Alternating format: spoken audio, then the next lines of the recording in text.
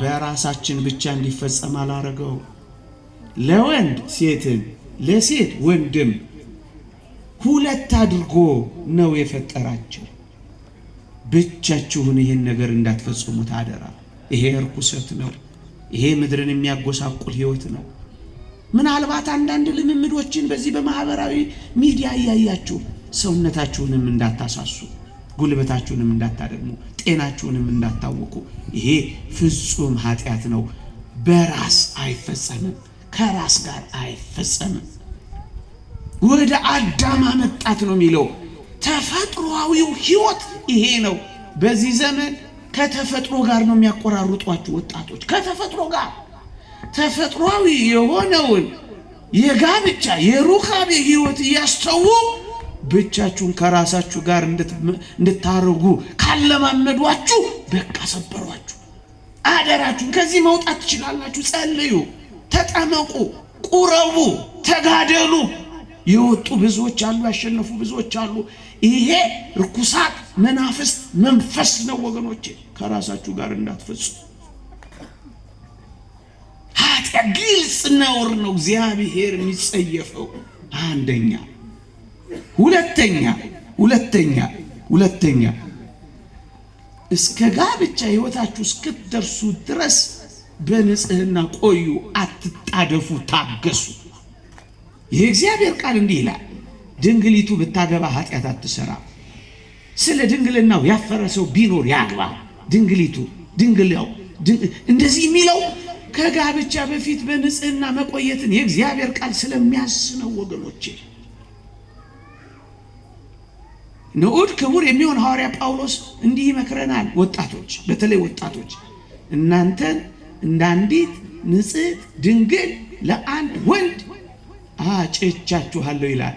ንጽሕት ድንግል ሆነው መተጫጨት እንዳለብን ነው የሚመክረን ወገኖቼ። ብንወድቅስ ንስሐ መግባት፣ ጸሎተ ንስሐ ተቀብላችሁ በጸሎተ ማዕስባን ማግባት ትችላላችሁ። ግን ንጽህናችሁንና ድንግልናችሁን ጠብቃችሁ ቆዩ። ምን ስለሚል? እናንተን እንዳንዲት ንጽሕት ድንግል ለአንድ ወንድ አጭቻችኋለሁ ስለሚል።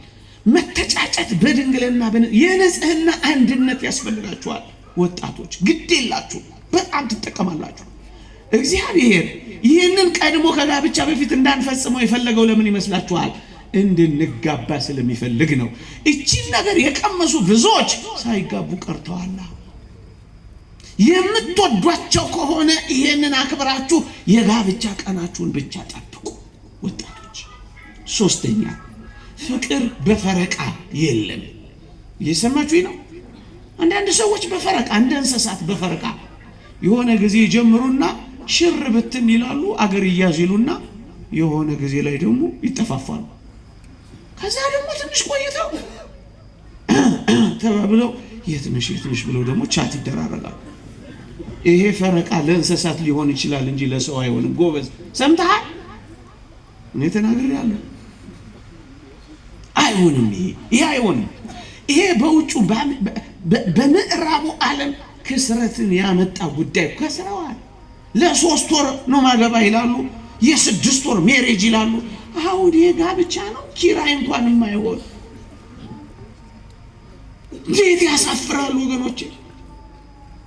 ደግሞ አስበህ ከልብህ አስበህበት ካልገባ እንደዚህ መከራ ትበላለህ። ለዚህ እኮ ነው መጽሐፍ ቅዱስ ማግባት ወደሚገባው እድሜ በደረሰ ጊዜ ያግባ።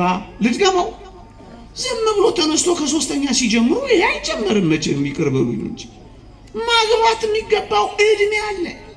መንፈሳዊ ህይወት ማስተዳደር፣ ኢኮኖሚያዊ ህይወትን ማስተዳደር፣ ማህበራዊ ህይወትን ማስተዳደር ስለሚፈልግ ማግባት ወደሚገባው እድሜ በደረሰ ጊዜ ያግባ ነው የሚለው። በተለይ ሰንበት ተማሪዎች ተጠበቁ። ከዚህ አብሮ በመላመድ እውነት እንዳይመስላችሁ። አንዳንዴ ታድጉና ምን ሶል ነው ግን እቺን ይዤ እንደው የገባሁት ብለህ ተቃጥል። መጀመሪያ ነው እንጂ ማሰብ ያለብህ የዚህ ምኑ መላመድ ነው። የሰሞኑ ነገር ሽር ብርትን እንዳትሉ አደራችሁ። ቀስ ብዬ የምመክረው ጮክ ያላልኩት እኮ ምስጢር ላድርገው ብዬ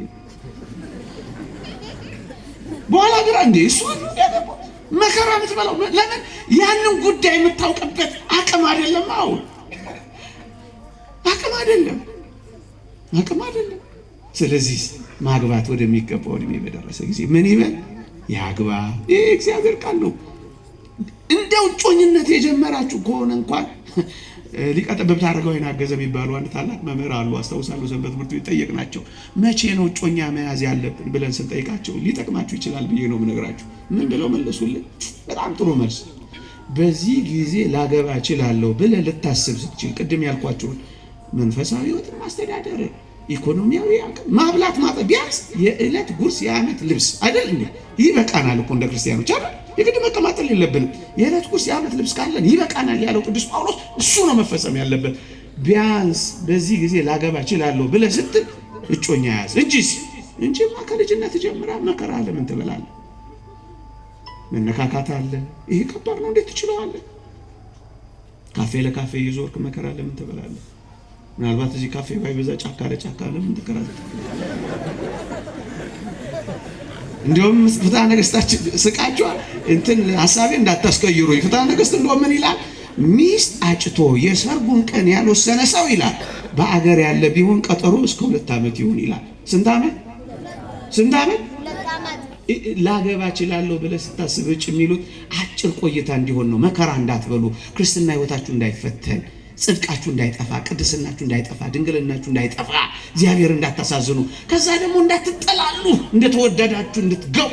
ለዚህ እኮ ነው እግዚአብሔር በአገር ያለ ከሆነ 2 ዓመት ይሁን ይልና ወደ ሩቅ አገር የሄደ ቢሆን 3 ዓመት ይሁን። ስንት ዓመት ይሁን? በታወቀ ምክንያት እንደ ህመም እንደ ዕዳ ከሆነ 4 ዓመት ይሁን ብሎ።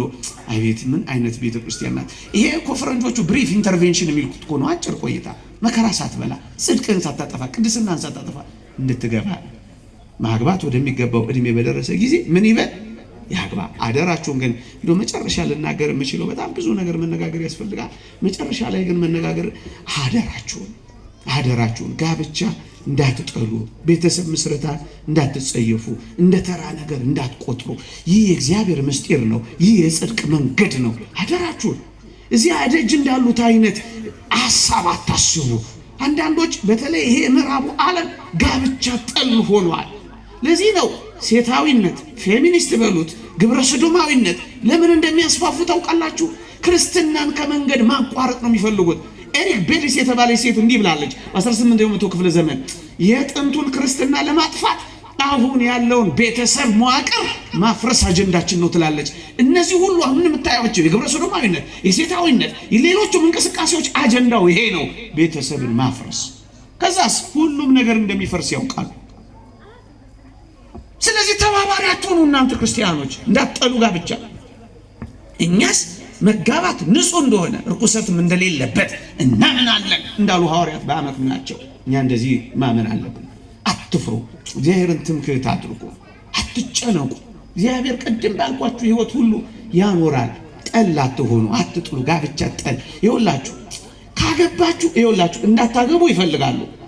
በርትታችሁ ካገባችሁ እንዳትጸንሱ መድኃኒት ቤት ያቋቁማሉ። ጽንስ ማጨናገፊያ መድኃኒት ይፈጥራሉ። ጨክናችሁ ከጸነሳችሁ እንዳትወልዱ። በጣም ያሳዝናል። ቃሉን ስጠቀመው ጽንሱን ማስወረጃ ኪዮስኮች ከ904 ሺህ ያደርሰውታል ኢትዮጵያ ውስጥ ያስወርዳሉ። ይሄ ካልሆነ አልፎ ከመጣ በተለያየ ሱስና ምናምን ወጣቱን ያመክናሉ። በቃ አለቀ። ትውልድ ማምከን ይልሃል ነው። አንተ ግን ትውልድ ስራ፣ ቤት ውስጥ ትውልድ ፍጠሩ። አደራችሁ ሰው ስሩ፣ ትውልድ ፍጠሩ።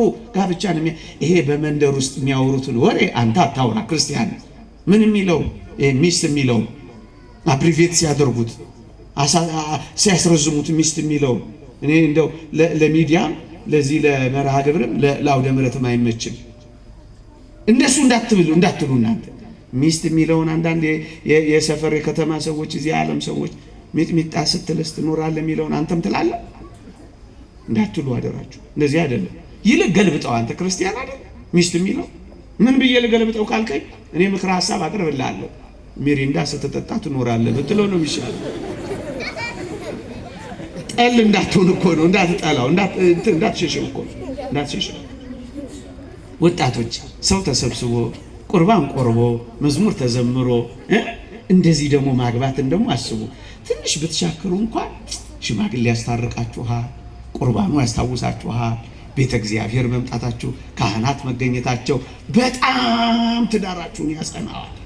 ስለዚህ ዝም ብላችሁ ጥልቅ አትበሉ። ይሄ ፈላስፎቹ የሚሉት ነገር አለ። ፈላስፎቹ ምንድነው? ኮሃቢቴሽን ይሉታል። ጨርሻለሁ፣ ተካቶ መኖር ይሉታል። አንዳንድ እህቶች በተለይ ሴቶች ላይ ነው። እኔ ምንም ሰርግ አልፈልግም፣ እኔ ምንም ድግስ አልፈልግም፣ እኔ ምንም ሽማግሌ አልፈልግም፣ እኔ ምንም ካህናት አልፈልግም፣ እኔ ምንም ቁርባን አልፈልግም፣ እኔ ምንም ካሜራ አልፈልግም። እናስ ዝም ብዬ ፌስታሌን ይዤ ጥልቅ ነው ምለው ትላለች። ቀለል ስታደርገው እኮ ነው በሞቴ ጋብቻውን እኮ አይደለም ቀለል ያደረገችው፣ ማናውቅባት መስሏታል። 3 ቀን አይታው ወይም 3 ወር አይታው ባል ካልወደላት ለሷ ላሳቧ ፌስታሏን ይዛ ውልቅ ነው ጥልቅ ባለችበት ፍጥነቱ ስትራቴጂ ኤግዚት ስትራቴጂ ይሉታል። ኮሃቢቴሽን እንደዚህ አይደለም። አሁን ይሄ ሁሉ ካህን ኖሮ መዝሙር ተዘምሮ ትንሽ ቢኮሰኩስ እንኳን እኮ ይታገሱታል። እውነት አሰብ እንደሱ እንዲሆን አድርገን አክብሩት፣ ውደዱት፣ ትውልድ ላይ ስሩ። በተለይ ወላጆች ልጆቻችሁን በዚህ ጉዳይ የበለጠ ዝግጁ እንዲሆኑ አደራችሁን። ልጆችን ጥሩ የሚያደርገው መንገድ ራሳችሁን ጥሩ ማድረግ ስለሆነ ወላጆች ራሳችሁን ጥሩ አድርጉ። ልጆች የሚያዩት የእናንተን ክብር የእናንተን ፍቅር ስለሆነ ቤታችሁን እንደዚህ አይነት ቤት የፍቅርና የክብር ቤት አድርጋችሁ አኑሯት። ይሄ ከሆነ ሀገር ትፈወሳለች። ይሄ ከሆነ ቤተ ክርስቲያን ንጹህ ካህናትን፣ ንጹህ መነኮሳትን፣ ንጹህ አገልጋዮችን ታገኛለች፣ ንጹህ መሪዎችን ታገኛለች። ቤት ሲሰራ ሀገር ይሰራል። እየሰማችሁ ነው። ቤት ሲፈርስ ደግሞ ሁሉም ነገር ይፈርሳል። ለዚህ ነው እነዚህን ነገሮች እንደው በቀዳሚነት ማንሳትና ማስተማር ያለብን። ስለዚህ ይህንን አክብሩ። አንድ ነገር ብቻ ነግሬያችሁ ላብቃ። በተለይ ልጆች ቤት ውስጥ ስለሚያዩት በጎ ነገር ሁላችሁ ትልልቆች የሆናችሁ ሁሉ ይሄንን ነገር እንድታደርጉ ለመምከር ያክል ነው። ሊባኖስ እርስ በርስ ጦርነት ነበር ይባላል። አንድ ያነበብኩት መጽሐፍ ነው እና በሊባኖስ የእርስ በርስ ጦርነት ሕፃናት ብዙ ጉድ አይተዋል ባይናቸው እና መጨረሻ ላይ የእርስ በርሱ ጦርነት ሰላም ሆነና አገሪቷ ሰላም ሆነችና ትምህርት ቤት ተከፈተና ሕፃናት ወደ ትምህርት ቤት ገቡና በአጋጣሚ የመጀመሪያው ሰሞን አንዲት መምህርት ስዕል ሳሉ አለቻቸው ሕፃናቱ እና ሕፃናቱ ስዕል መሳል ጀመሩ እና የዞረች ስዕላቸውን ቼክ ማድረግ ጀመረች መምህርቷ። የመጀመሪያው ልጅ ጋር ስትሄድ አባቷ ሞቶ ደሙ እየፈሰሰ እሷ ጸጉሯ ተንጨብርሮ ያለች ልጅ አየ ስሏል። በጣም ተደነቀች፣ አዘነች። ያየችውን የሳለችው። ወደ ሁለተኛው ልጅ ስትሄድ ልጁ ደግሞ መኪና ላይ ትልቅ ይሄ ስናይፐር በሉት ውዚ በሉት መትረየስ በሉት ጥይቱ እሱን ስሎ አየች። ልቧ አዘነ። ምክንያቱም ያዩት ነገር ይሄንን ነው።